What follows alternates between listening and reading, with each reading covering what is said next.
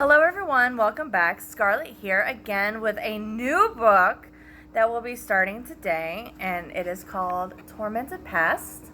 Alright, and before we start, we have a little bit of a warning. It says content and language may not be suitable for everyone. Reader's discretion is advised. Okay, so now that the warning is out of the way, we'll just jump right in. Prologue. A troubled man, James, is trying to figure out how and when things went wrong in his life. He's constantly battling mental breakdowns and memories from a past life which no longer play a role in his current life. These memories of his previous life haunt him and lead him to land in his own personal hell. Searching to find himself throughout the years has brought him to reach within his own psyche. Now, he may actually find himself. Alright, here we go. Chapter 1. Cracked. It's the middle of July and a heat wave has taken over the country. Temperatures have been in the hundreds for the last few days, something that has never happened before. Everyone is staying inside with air conditioning and fans to prevent dehydration or heat stroke. Not unlike everyone else in the town, James is inside his house, but there's a difference between him and the others. He's not just trapped within the walls of his house, but most importantly, he's trapped inside his head. James's life has completely changed, and it will never be the same again since his wife divorced him. She left him alone to deal with his demons, those unfathomable illusions she had grown to hate about him that he wouldn't or couldn't discuss. He's fully aware that there's no better time to fix the broken relationships that were collateral damage from his marriage. His now ex-wife never approved of those people because she believed everyone was beneath her. She went as far as to say if James genuinely loved and valued her, he would make some sacrifices to continue to live in peace. James agreed, dumped everyone from friends he had known for years to family members without a second thought. He discarded everyone with whom she had a problem. Now alone and realizing the error of his ways, he walks into the bathroom and looks in the mirror. What he sees resembles a caveman. He hasn't shaved in weeks and his hair has grown down to his shoulders. A look he had while in high school. He has abandoned the well-groomed appearance that was favored by his ex-wife Monica, and which he assumed after they met in college. Opening a drawer, James pulls out an electric razor and starts to shave his hair, letting it fall onto the floor and sink. It feels like there's a piece of him disappearing with each strand that hits the floor. Not satisfied with cutting his hair, James starts to shave off the beard. He stares at his reflection with pride since he no longer resembles the animal of his past, but instead appears like a champion worthy of all the things that have eluded him thus far. Feeling the chunks of hair with his toes, James mindfully realizes that he'll never allow himself to fall into the form of depression or revert to the way Monica had him living ever again. With clarity, James knows he never again wants to feel the victim or survivor. He wants to be better and darker than at any previous point in his life. Having embraced his darkness, he has managed to succeed in everything he's done up to this point. Sweeping up the mess and dropping the long tendrils into the trash, it's as if he were watching his life being thrown away, contemplating what to do next. He realizes he's no longer willing to sit there sulking in self-pity inside the dark house.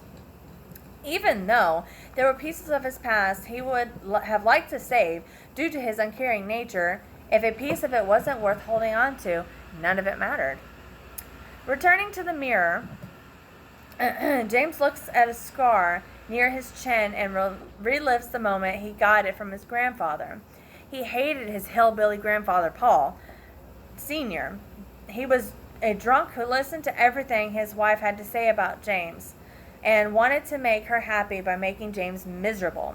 James got the scar from having a beer bottle smashed on his face by his grandfather because his grandmother, Anastasia, said he had stolen money from her purse. It was a lie, of course, as she had nothing to begin with, but she took great pleasure in watching her husband punish her grandson and tried her best to get the entire hillbilly inbred family on board to join in her hatred of James, something James has always remembered.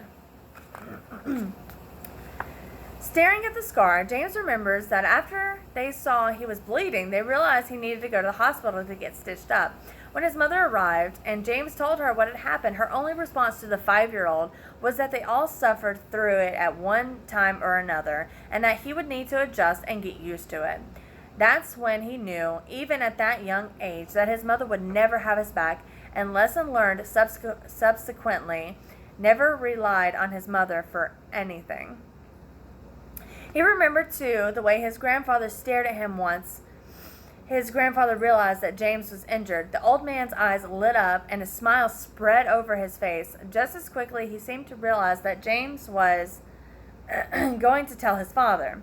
Knowing that it would be something hard to explain, the old man tried to bribe James with ice cream and told him to say the injury occurred when he fell off a ladder.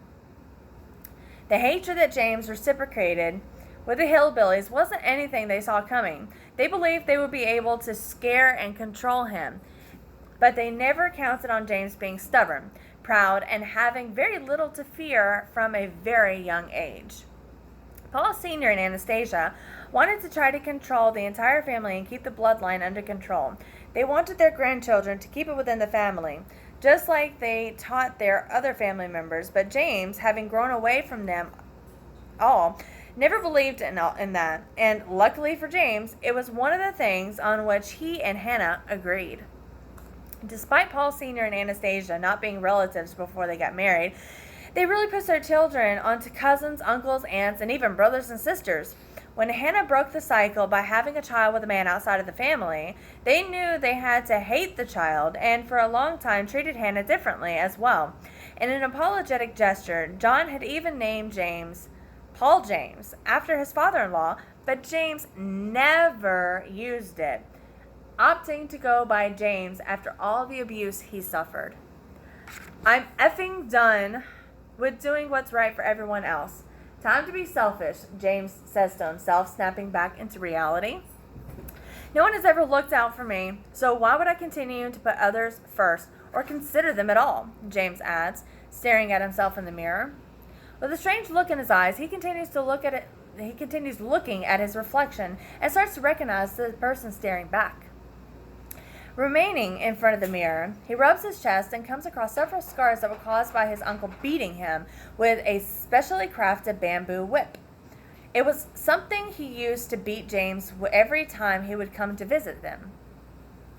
Knowing there are a few on his back to match his chest, he recalls another instance when he was about 5, when his uncle took James inside an abandoned building, promising that there was something interesting. Being a child, this caused James's curiosity to spike to an all-time high. Once inside, he asked his uncle what was the thing, and a sick smile took over his uncle's face as he disclosed the bamboo whip. James tried to leave the room, but was pushed to the ground and was yelled at to stay still and not move because it would only make things worse. Not listening, James tried to stand up, but his uncle stomped in the center of his back, forcing him back onto the ground and pinning him in place. Laughing at James, he said, "Told you to stay still, as it will be faster that way." Again, James didn't listen, and his enraged uncle lifted James from the ground and punched him in the stomach, driving all the wind out of the young boy. As he dropped to the ground, James tried to cover up, but his uncle pounced on him and began to hit James with a whip. James screamed as his flesh turned red and welts formed all over his small chest. "You always believe that you're special because that's what they want you to believe," James recalls the uncle shouting. "Guess what? You're nothing but the son of a bee who deserves to die, but since he's far away, I'm going to have to settle for teaching you a world of pain, the things that I would love to do to your father. After all, what a better way to hurt someone than by going after the one thing that they love most," his uncle added. "Please stop, don't hurt me. I was good, Uncle Paul," James recalls crying out. James continued to cry as Paul Jr. stood over him screaming, "Learn to deal with it," while continuing to beat James and break the boy's fighting spirit. After about 15 minutes, James was no longer crying as Paul Jr., with a glazed look in his eyes, continued to beat him. But Paul was overweight and out of shape and soon grew tired. As he looked into James's eyes, the man was shocked to see there were no more tears coming from the boy and that the expression on James's face had changed. It was almost to the point that there was nothing left inside the boy, and it made Paul Jr. a little worried of what James could turn into down the line. Ending that memory, he caresses a small scar on his forehead, which reminds him of the time his grandmother smashed him with a metal door as they were walking into a store.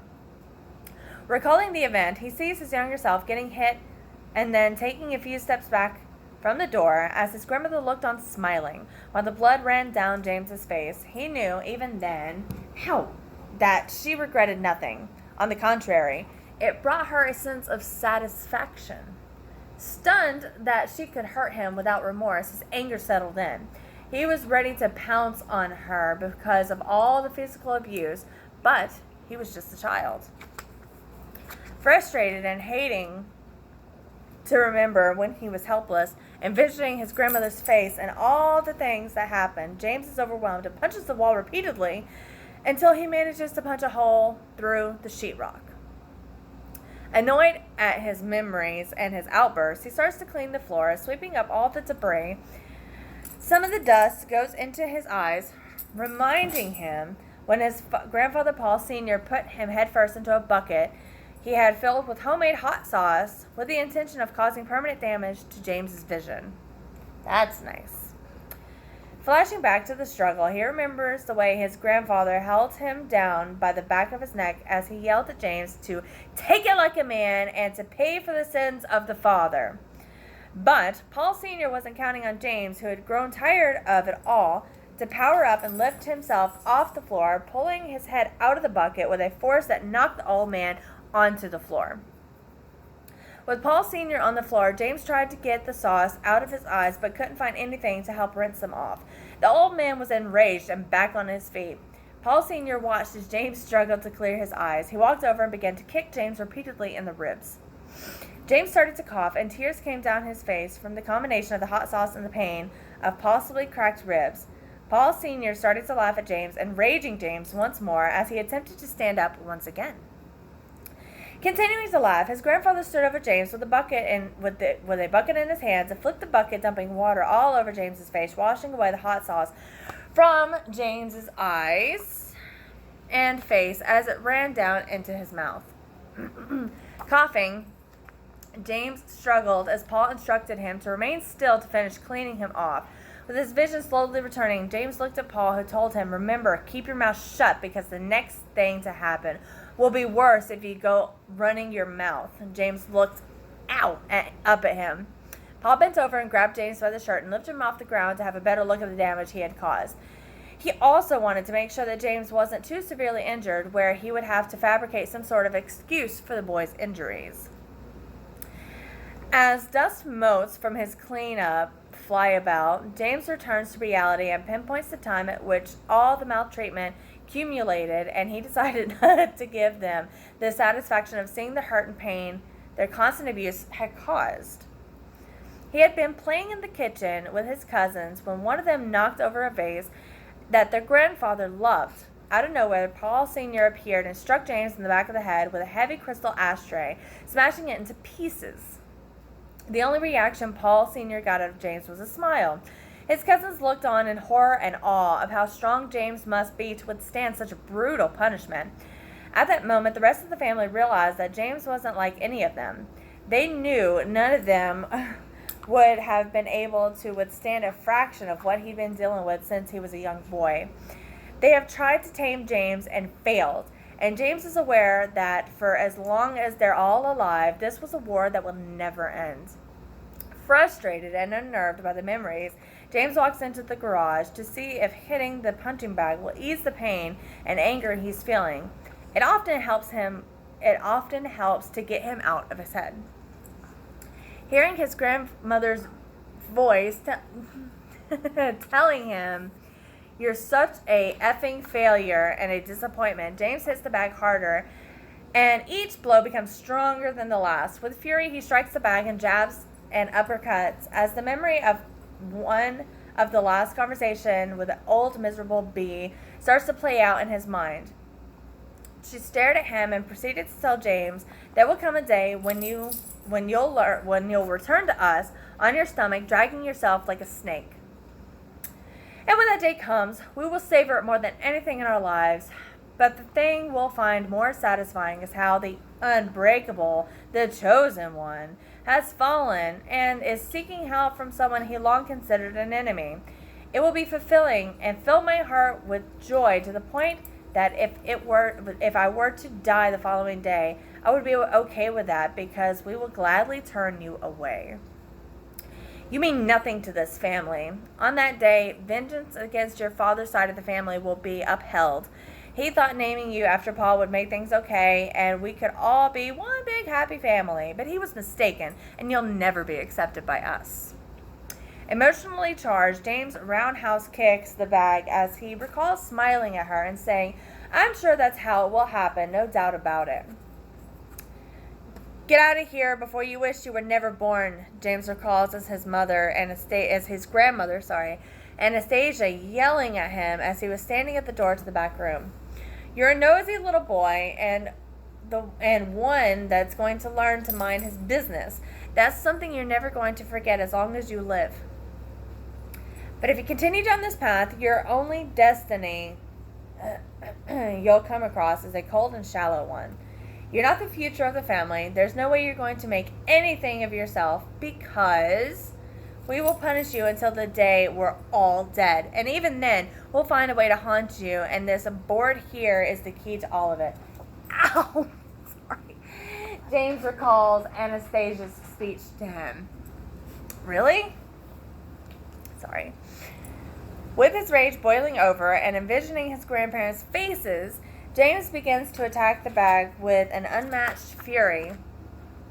He punches, kicks, knees, and even headbutts the bag to the point he manages to make a hole in the center of the bag. The filling starts to pour out, spilling onto the floor. Relaxed after the outburst, James heads towards his room and jumps onto his bed. Staring at the ceiling with a smile on his face, he remembers the first time he laid eyes on Taryn. This is one of the best memories of his life. They met at a store and talked because she had a question about a product. Instead of asking an employee, she asked him because she thought he was cute. James answered the question, nothing complicated. It was more like, what did he think of the product? Taryn told James she was glad she came over because she wouldn't have forgiven herself for not taking a chance. The image of Taryn standing there in front of him, smiling with her green eyes and blonde hair, and in her short Daisy Dukes. Really? I know, Bubby. I know. Ready? Go. Okay. Daisy Dukes is burned into his memory. Even then, when he looked at her, he was mesmerized by those eyes. In all seriousness, he told her he was glad she came over. He felt that it was the beginning of something special between them. In a reverie, James continues to think about Taryn and moves on to the second time they saw each other. That was when she asked him if he was married. He said he wasn't and asked if she was. She replied that she was in an overly complicated situation and in the process of getting divorced. They continued talking a little about everything, and James responded to her question about wanting children. He said he would be interested in having a boy, but was gravely concerned and fearful of having a daughter because he knows how overprotective he is and would end up in prison if anyone were to hurt her. Taryn agreed that it's difficult to raise a daughter, but times have changed, and it's complicated to raise a child no matter the gender. People have changed too, and no one can be trusted. Respecting her response, James agreed that no one is safe in the world anymore due to an increasing lack of respect. At least with a son, you don't have to worry about pregnancy and abandonment. That's part of James's trepidation of having a daughter, along with someone hurting her. But Taryn said, despite fear of pregnancy, hurt, and abandonment, having a little girl could be something good and opening his mind and heart up to a whole new world and experiences he would have never known. Proud and happy to have Taryn in his life, James knows that there is no one else out there who resembles him. A part of him believes Taryn is special. He had decided he didn't want a relationship because they usually didn't end well, and someone always ended up hurt, but Taryn is different. He has shown her some of his demons, and not once has she ever passed judgment on him. She said it was something they had in common. and she welcomed everything about him since she had her own struggles with demons. She has seen some terrible things. The one thing she could do is offer some advice. Move forward and never let anyone determine your limits. He and she are both fearless and reckless, and a combination he has never had in common with someone else. And it's enough to have him considering a relationship. Surprised by how well they're getting along, James has told her that she's someone who deserves to be happy, and together, okay, go. And together, where is it?